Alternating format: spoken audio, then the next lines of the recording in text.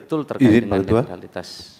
Izin Pak Ketua, sebelum masuk ke netralitas ASN ini, tadi masih juga berkaitan dengan P3 paruh waktu tadi itu. Karena kita tahu persis bahwasanya kemampuan APBD masing-masing daerah itu sangat-sangat variatif dan ada kecenderungan mereka tidak mau membebankan APBD mereka dengan dana untuk yang sebagian besar kita ketahui bahwa mereka itu kan sebagian besar sudah terbeban ke honorarium segala macam dan penggajian. Itu yang coba kita hindari sehingga kadang-kadang termakan biaya pembangunan mereka. Oleh karena itu barangkali apakah tidak bisa kita bicarakan ini ke pihak Kementerian Keuangan agar ada sedikit keseragaman, tidak semata-mata tergantung kepada kemampuan APBD di daerah. So kalau itu kita biarkan, tetap juga persoalan honorarium ini tidak akan selesai tuntas walaupun mereka sudah diberi bernama P3K. Tapi kalau kecenderungannya P3K paruh waktu dan mereka ini merupakan bagian terbesar dari honorarium yang kita mau jelmakan dan masih juga mereka itu hanya bertukar nama saja, saya kira tidak ada solusinya.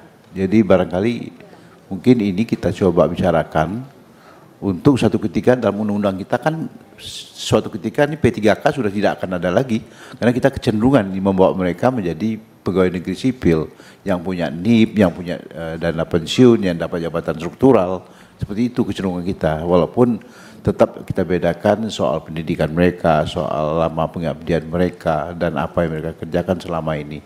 Tetap juga memang paruh waktu itu tetap ada. Tapi jangan karena ketidakmampuan APBD mereka kita letakkan sebagai bagian dari paruh waktu. Jadi perlu kita bicarakan dengan Kementerian Keuangan. Saya kira demikian pemikiran saya.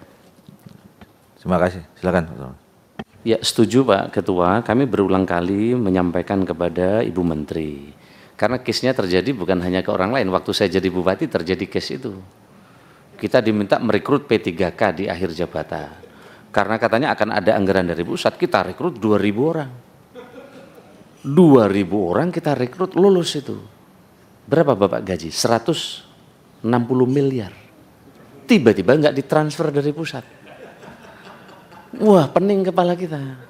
Loh, betul ini terjadi, nyata. Nah untungnya kami di sana ada uang, PAD masih ada. Teman-teman kami, mereka nggak dikasih formasi, sudah diterima tapi nggak bisa, karena duitnya nggak ada. Itu yang terjadi sampai membakar kantor bupati dan lain-lain.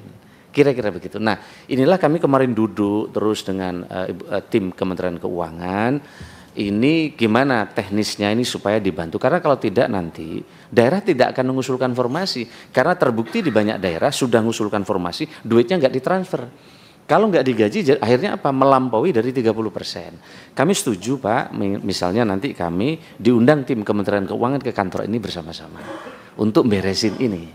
Kira-kira berapa persen yang dialokasikan untuk pegawai dan seterusnya. Sehingga ini kan ada undang-undang tentang belanja pegawai di daerah, nggak boleh lebih dari 30%. Kalau lebih dari 30% nggak dapat DI di daerah ini. Ini yang teriak semua kabupaten kota sekarang. Karena struktur belanja pegawainya udah di atas 45%, maka dia nggak dapat dana insentif dan dia tidak dapat reward.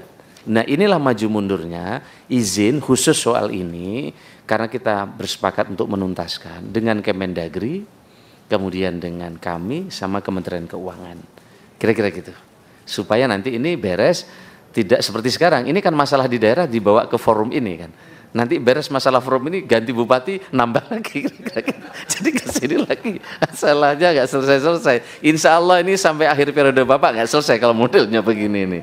Kira-kira gitu Pak. Terima kasih Pak. Ya.